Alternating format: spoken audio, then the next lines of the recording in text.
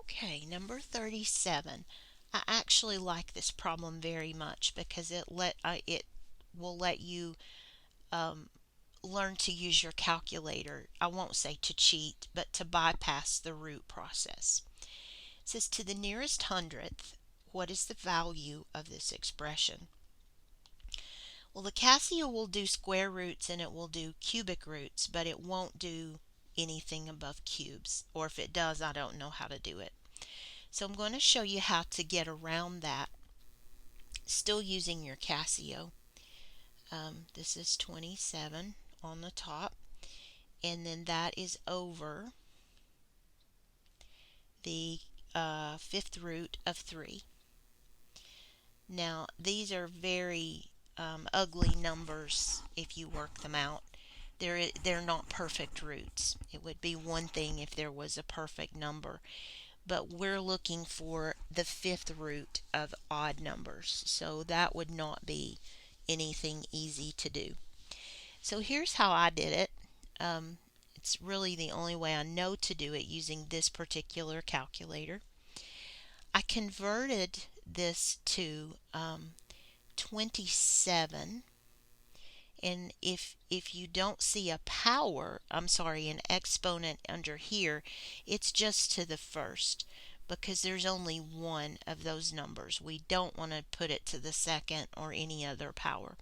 So it's 27 to the first over 5. So we're going to call that 27 to the 1/5 power. Again, your 5 is coming from here over to there, and then the 1 is coming from there. And 3 to the first power, that's going to be 3 to the first, and you're going to use that 5 on the bottom of this one. So whatever's over here will become the bottom of the fraction. Now my Casio will handle this problem. You just have to put it in as an exponent. So let me give you the buttons again just to remind you, because I know some of you don't have a calculator at hand. I did post a picture of the Casio in this packet, so if you need that, you can at least look at where the buttons are. So here are the keystrokes. I'll just do the top one and then you can substitute for the bottom. But these will give you examples of how to work those fraction exponents. And I'm not sure, I think I need about 7 of these, but I'm not positive, so I may have to erase, or I'll do 6 and then add. Okay, so all clear. We're going to put in 27, that's the base. We're going to raise that to an exponent, and the exponent is 1 ABC 5. This is the fifth root of 27, and you must press equals. That is so important. Make sure that you press equals. So all clear, 27 exponent 1 fraction 5 equals, and it's ugly. We expect that. So I'm going to say, let's just take it 4 places just to be sure we get a good rounded answer. Okay, on the bottom we're going to do this again, and I guess I can copy this and just substitute. So to do that bottom fraction, you are going to do the same process. You're just going to substitute in the correct base and the exponents already. It's just the 3 that we have to change because they're both to the 1/5 power. So 3 to the 1 ABC 5 is, we've got 1.246, let's do 2 places here, 57. And then you just need to divide those two, because remember this bar is division. So you would just say 1.9331 divide 1.2457, and that is going to give you 1.551, and we were told to round to the nearest hundredth. So I'm going to do that rounding carefully Here's the hundredths place. So let's look back 1. So it is about 1.55. Okay. There are other ways to do this, but for without having the background, the theory behind this, I think this is probably, I am going to show you another way just so that you know. This is actually the way I learned it and the way I would do it, but you may not like this. So let's see what we come up with here. So we have the fifth root. Actually, you might like this. Of 27 over the fifth root of, what was it? 3. Okay. So here's another way to do this problem. If you recognize, here's the key, that they're both to the fifth root. That has to be the same. I can simplify this down to the fifth root of 27 divided 3. So we're just going to go ahead and do this 27 divided by that 3, and that's 9. And then you're looking at the fifth root of 9. So we will still have to convert this. You would still have that 1 in there. So you would have 9 to the 1/5 power. And then if you put this into your calculator, you should get the same answer. So it shortens it just a little bit. But if that bothers you, if you don't think you would remember to do that division, that's fine. You can work it either way and it will come out to be the same. So this comes out to be the 1.551, which again we round and still get the same answer. So either way on that one is fine.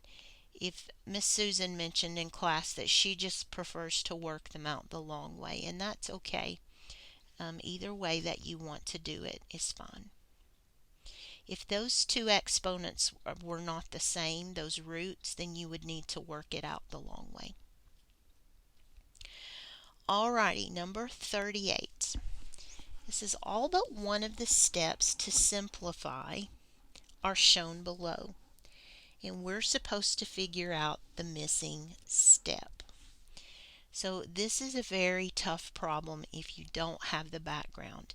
Now if you've had this before, this is a good review of what's going on with these exponents.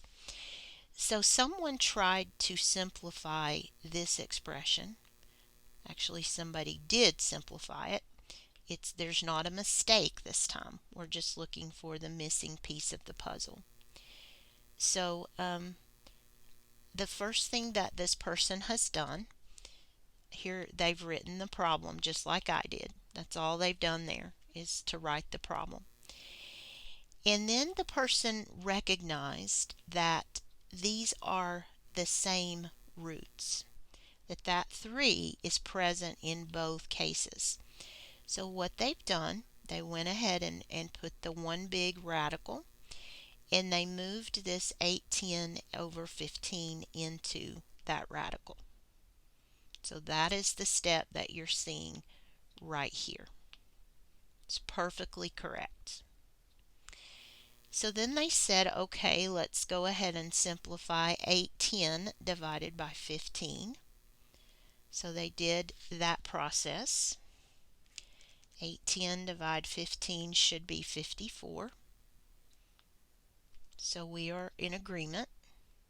Let me highlight for you. Here's their step and here's our step. Everything's fine. But it's the next step that's missing. What happens next? Because after whatever happens in this space, we're going to get this answer. 3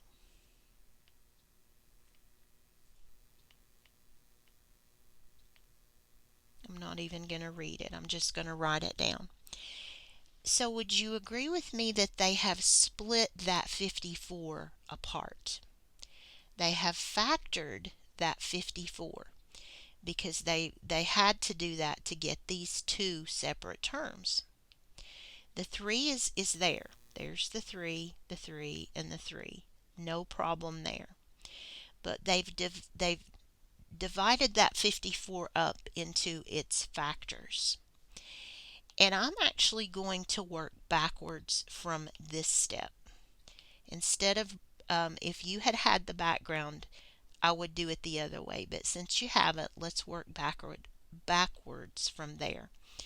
So we've got 3 up here. 3 to the third power, that's 3 times 3 times 3, that's 27. And then 3 square root of 2. Okay, because what they've done, they've factored the 54. So they said, okay, let's list our factors of 54. 1 times 54, 2 times 27. That's the piece that they're working with right there, that they've brought down here. There's the 2 and there's the 27.